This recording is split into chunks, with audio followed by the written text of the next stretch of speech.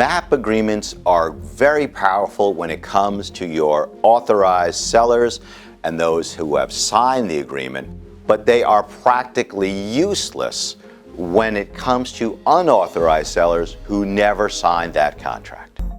Okay, so why is it that brands, large and small, cannot enforce their MAP agreements against unauthorized sellers? Well, in 2007 or 2009, there was a case that went all the way up to the Supreme Court.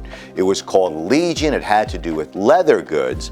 And the question before the United States Supreme Court was whether or not brands can enforce their minimum advertised price contracts that they entered into with authorized sellers against sellers who never signed the contract.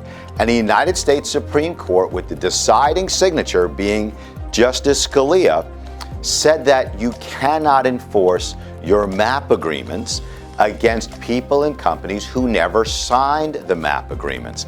And it gutted the effectiveness of those contracts, because you can only enforce those contracts against the people and companies who signed on to them, and those are not, almost by definition, the unauthorized sellers that you're trying to stop from selling your products.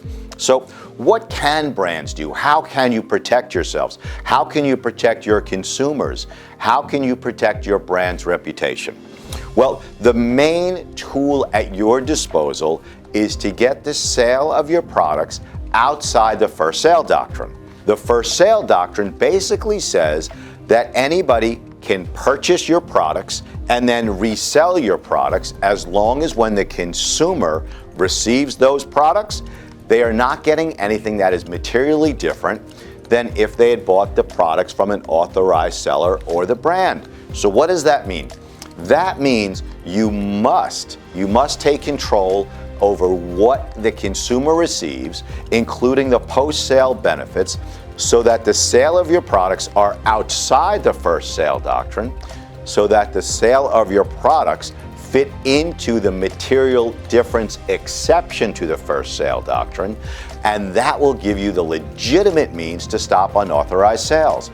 So what are some of the things that you can use as a brand to stop unauthorized sales and remove your product from this awful thing called the first sale doctrine?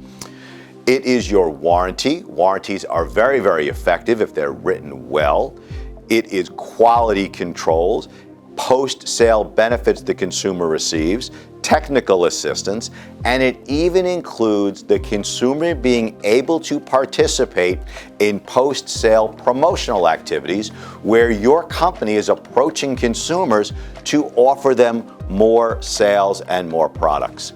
These are just some of the exceptions to the first sale doctrine that every brand, large and small, needs to be aware of, so you can build in these exceptions into your products and stop unauthorized sales.